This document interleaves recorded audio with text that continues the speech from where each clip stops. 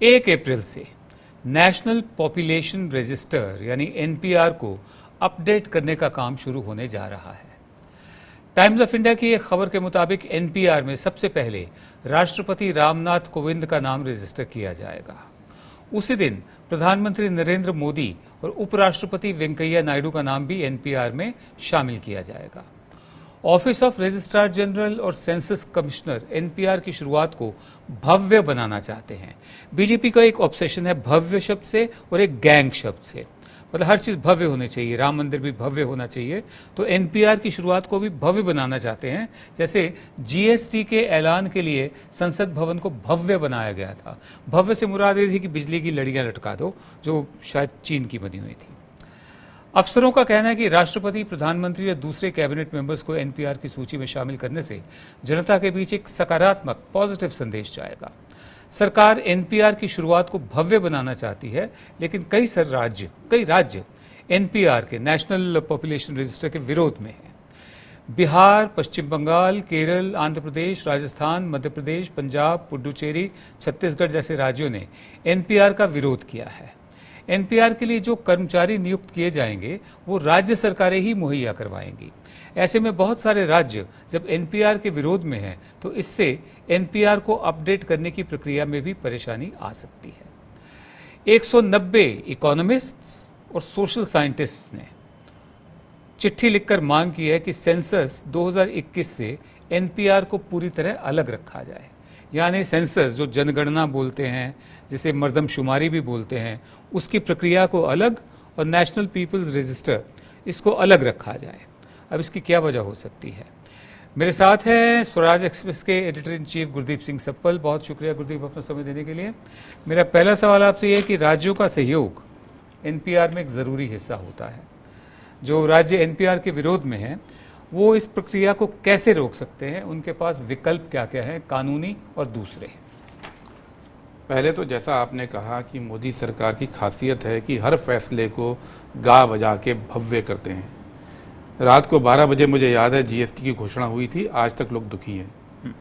नोटबंदी की घोषणा हुई थी, कैशलेस करेंगे, 4 साल में 30% कैश देश में बढ़ गया। तो भव्य कह देने से चीज हो जाए ये जरूरी नहीं है। एनपीआर में 13 राज्यों ने अपना विरोध दर्ज किया है। केंद्र सरकार उन 13 राज्यों की बात तो कर नहीं रही है, हाँ भव्य तरीके से शुरू कर देंगे। लेकिन ये देखिए कि ये शुरुआत के साथ क्या होने जा रहा है, क्योंकि सिर्फ एनपीआर शुरू नहीं हो रहा है, 1 अप्रैल से सेंसस की प्रक्रिया भी शुरू कर रहे हैं। राज्य ये लगातार कह रहे हैं कि सेंसस राष्ट्रीय महत्व का है, सेंसस के साथ आप खिलवाड़ नहीं कर सकते हैं। सेंसस के दम पर नई नीतियां बनती हैं और 2030 का डिलिमिटेशन, जो एमपी एमएलए की जो क्षेत्र हैं उनको नए सिरे से परिभाषित किया जाएगा, परिसीमन होगा, जिसमें दक्षिण भारत में, जिसको लेकर दक्षिण भारत की चिंता है, क्योंकि उनकी पॉपुलेशन कम हो रही है। तो अगर पॉपुलेशन के आधार पर सीट बनेगी तो सीटें और कम उनकी हो जाएंगी। तो सेंसस की बहुत महत्व है और सारे राज्य सरकारें कह रही हैं कि सेंसस को आप बचाइए। लेकिन जब आप एनपीआर के साथ सेंसस जोड़ देंगे और एनपीआर पे तैयारी नहीं है तो आप सेंसस को भी केंद्र सरकार खतरे में डाल रही है और ये उसकी जिम्मेदारी है। और मजे की बात है जी कि कानूनन ये पॉसिबल नहीं है। सेंसस को और एनपीआर को कानूनन आप साथ कर ही नहीं सकते, क्योंकि एनपीआर में हर व्यक्ति की जानकारी इकट्ठा करके एक डेटाबेस में रखनी है और सेंसस में ये शपथ लेनी पड़ती है जो सेंसस इकट्ठा करते हैं कि हम जो डेटा ले रहे हैं उसकी गोपनीयता पूरी जिंदगी बचा कर रखेंगे। तो राज्यों के पास विकल्प क्या है? राज्यों के पास अभी विकल्प ये है, जो हमको जानकारी है कि मुख्यमंत्री प्रधानमंत्री को चिट्ठियां लिखने जा रहे हैं कि हम सेंसस कराना चाहते हैं, सेंसस का राष्ट्रीय महत्व है और ये आपकी जिम्मेदारी है कि इसके लिए माहौल ठीक हो और आइए हम सबको बुलाइए और तय कीजिए कि एनपीआर को अलग करिए और अभी सेंसस के काम को कीजिए और एनपीआर पे हमारी जो शंकाएं हैं उनको दूर कीजिए। काफी मुख्यमंत्री इस बात पे विचार कर रहे हैं और प्रधानमंत्री से बात करने जा रहे हैं। कानूनी रास्ता भी खुला है क्या? कानूनी रास्ता नहीं है, क्योंकि सेंसस कराना और एनपीआर ये दोनों केंद्र सरकार के दायरे में आता है। केंद्र सरकार इसमें नियम तय करती है, केंद्र सरकार राज्यों से कहती है कि आप कीजिए। राज्य सरकारें कोर्ट में कुछ जा रही हैं, कुछ गई हैं, केरल की सरकार गई है, लेकिन अभी इस पे डेट नहीं लगी है। और अगर 1 तारीख तक अगर फैसले कोर्ट के थ्रू नहीं आते हैं तो राज्य सरकारों पे बहुत रास्ता बचता नहीं है। बिहार में बीजेपी और जेडीयू की गठबंधन वाली सरकार है, लेकिन बिहार सरकार ने एनपीआर और एनआरसी के खिलाफ प्रस्ताव पास किया है। यानी ये पहला मौका है जब बीजेपी भी शामिल है सरकार के इस फैसले में, यानी इसे आधिकारिक माना जाएगा। पहला आधिकारिक बीजेपी की तरफ से ऑफिशियल फैसला है कि वो उसके खिलाफ है बिहार में। अब मजबूरी में किया है, क्यों किया है, ये दूसरी बात है। बिहार सरकार ने मौजूदा एनपीआर को हमने तो खैर ये भी सुना है कि जो सुशील मोदी हैं बिहार के नेता बीजेपी के, उनको लूप में ही नहीं रखा गया। तेजस्वी यादव को बताया गया, सुशील मोदी को नहीं बताया गया। बहरहाल बिहार सरकार ने मौजूदा एनपीआर को नकारते हुए कहा है कि बिहार में एनपीआर 2010 के फॉर्मेट के आधार पर ही होगा। बिहार के मुख्यमंत्री नीतीश कुमार ने कहा था कि राज्य में एनआरसी लागू करने का कोई मतलब नहीं है और ना ही इसकी जरूरत है। बीजेपी के शासन वाली महाराष्ट्र में म्युनिसिपल कॉर्पोरेशन ने, सेलू म्युनिसिपल कॉर्पोरेशन ने भी एनपीआर, एनआरसी और सीएए के खिलाफ प्रस्ताव पास किया है। आंध्र प्रदेश सरकार ने भी कहा है कि वो चाहती है कि एनपीआर, जो नेशनल पॉपुलेशन रजिस्टर है, 2010 की तरह ही किया जाए। आंध्र प्रदेश सरकार एनपीआर के खिलाफ प्रस्ताव भी लाने जा रही है। आंध्र प्रदेश के मुख्यमंत्री जगन मोहन रेड्डी ने कहा है कि एनपीआर के मौजूदा फॉर्मेट के कुछ सवालों से माइनॉरिटीज खुद को असुरक्षित महसूस कर रही हैं। गुरदीप, मेरा दूसरा सवाल यह है कि ये बार बार 2010 के एनपीआर का जिक्र आ रहा है, बार बार आ रहा है। सन 2020 का जो एनपीआर है, आने वाली जनगणना के लिए किस तरह से जन विरोधी है? जनगणना से एनपीआर का कोई संबंध नहीं है जी। जनगणना एक गोपनीय एक्सरसाइज है जिसमें जवाब देने वाले का नाम गोपनीय रखना होता है, और एनपीआर हर व्यक्ति की जानकारी को उजागर करके स्टोर करने का काम है। दोनों में कोई संबंध नहीं है। 2010 में जब एनपीआर हुआ था तो कोई कंट्रोवर्सी नहीं थी, क्योंकि तब ना तो एनआरसी की बात सरकार ने की थी, बात 2003 में कानून में आ गई थी, रूल्स में, कानून में नहीं, नियमों में, लेकिन उस समय की सरकार ने एनआरसी का कोई विचार व्यक्त नहीं किया था, ना ही सीएए पास किया था। सीएए पास होने के बाद, एनआरसी की क्रोनोलॉजी समझाए जाने के बाद लोगों में ये डर है कि एनपीआर के मार्फत उनकी नागरिकता जा सकती है। इसलिए राज्य सरकारें, 13 सरकारें ये कह रही हैं कि आप 2010 वाला फॉर्म यूज कीजिए, लेकिन वो ये भी कह रही हैं कि सिर्फ फॉर्म की बात नहीं है, उसका जो उद्देश्य है एनपीआर का, वो भी 2010 का होना चाहिए। 2010 में डाउटफुल सिटीजन का जो प्रावधान है कि आपकी नागरिकता शक के दायरे में है कि नहीं है, उसका इस्तेमाल नहीं हुआ था। राज्य सरकारें ये कह रही हैं आज की तारीख में कि अभी आपने ये कोई क्राइटेरिया नहीं बनाया ना कि डाउटफुल कौन होगा जी। अभी आपने ये भी नहीं बताया कि अगर आप किसी को डाउटफुल मार्क कर देंगे तो कौन से कागज दिखाकर अपनी नागरिकता को सुरक्षित करना होगा। लेकिन तहसीलदार, सब रजिस्ट्रार के लेवल के ऑफिसर, ये अधिकार आपने दे दिया कि वो किसी को भी डाउटफुल मार्क कर दें।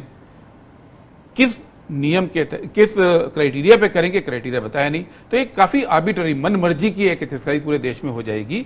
और राज्य सरकारें ये कह रही हैं कि भाई आप क्राइटेरिया बताओगे नहीं और हमारे ऑफिसर शक के दायरे में नागरिकता रखने लगेंगे, तो इससे जो टर्मोइल, जो उथल पुथल समाज में हमारे स्टेट में होगी, उसको हम संभाल नहीं पाएंगे। और ये जिम्मेदारी केंद्र सरकार की है कि देश में शांति बनी रहे, और इसीलिए वो 2010 के एनपीआर की बात कर रहे हैं। 3 बातें, एक, एनपीआर को सेंसस से अलग कीजिए, 2 अलग अलग कार्रवाई है, एनपीआर का 2010 का फॉर्मेट इस्तेमाल कीजिए, और डाउटफुल सिटीजन को आप हटा दीजिए, जो रूल, सिटीजनशिप रूल के 4(3) में आता है, और ये भी कहिए कि इस एनपीआर से एनआरसी नहीं बनाया जाएगा। जी, बहरहाल ये काफी उलझा हुआ मुद्दा है, बार बार समझाने की जरूरत है और समझने की जरूरत है। हम एक बार फिर मुख्तसर तौर पर मोटी मोटी बातें आपको बता दें, जो अभी गुरदीप ने भी बताई, कि एक बार फिर बता दें कि 2010 में जो एनपीआर हुआ था उसमें लोगों से 15 जानकारियां मांगी गई थी। इस बार के एनपीआर में 6 और जानकारियां मांगी गई हैं, जिसमें माँ बाप के जन्म की तारीख और जगह, उसका ये बताना पड़ेगा। Aadhaar card, mobile number, passport, driving licence और वोटर आईडी शामिल हैं। द हिंदू की रिपोर्ट बताती है कि एनपीआर 2020 का मैनुअल कहता है कि एनपीआर में, नेशनल पॉपुलेशन रजिस्टर में, जिसकी प्रक्रिया अब शुरू होने जा रही है 1 अप्रैल से, एनपीआर में जन्म की तारीख सबसे जरूरी जानकारियों में से एक है। लेकिन भारत जैसे देश में, जहां जनसंख्या के एक बहुत बड़े हिस्से के पास जीने की बुनियादी सुविधाएं भी नहीं हैं, वो अपने जन्म की तारीख कैसे बता पाएंगे? वैसे भी हमने सुना अपनी बुजुर्ग औरतों को कहते हुए कि तेरे पापा या तेरे पिताजी तब पैदा हुए थे सावन का महीना था या दिवाली के नज़दीक पैदा हुए थे। तो डेट ऑफ बर्थ कैसे बता पाएंगे लोग? जिस देश में लोगों को बुनियादी स्वास्थ्य सुविधाएं भी नहीं मिलती, उस देश में लोग अपने माता पिता के जन्म की तारीख और जगह कैसे बता पाएंगे, साबित कर पाएंगे? रिपोर्ट ये भी सवाल उठाती है कि जो अनाथ हैं, जिनके माँ बाप नहीं हैं, वो अपने माँ बाप से जुड़ी जानकारी कहाँ से लाएंगे? मेरा आखिरी सवाल है, एक तरह से आपको दोबारा मैं चाहता हूँ कि लोगों को बताएं कि पहले CAA सिटीजनशिप अमेंडमेंट एक्ट कि पड़ोसी देशों से मुसलमानों को छोड़कर बाकी जो माइनॉरिटीज़ हैं उनको नागरिकता दी जाएगी।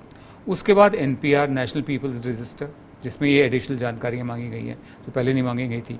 उसके बाद NRC नेशनल ये जो रजिस्टर है जो आसाम में, जिसको लेकर 19 लाख लोग ऐसे हैं जो सिटीजन्स नहीं हैं। ये क्रोनोलॉजी अमित शाह ने हमें समझाई थी कि पहले CAA, उसके बाद NPR, फिर NRC। ये तीनों कदम तो कानून के मुताबिक हैं, गैर कानूनी नहीं है। दिक्कत कहाँ है? ये जो तीनों कदम हैं, CAA वो संसद ने पास किया है, जिसके खिलाफ कोर्ट में केस पेंडिंग है सुप्रीम कोर्ट में, उस पर कार्रवाई अभी आगे बढ़ी नहीं है।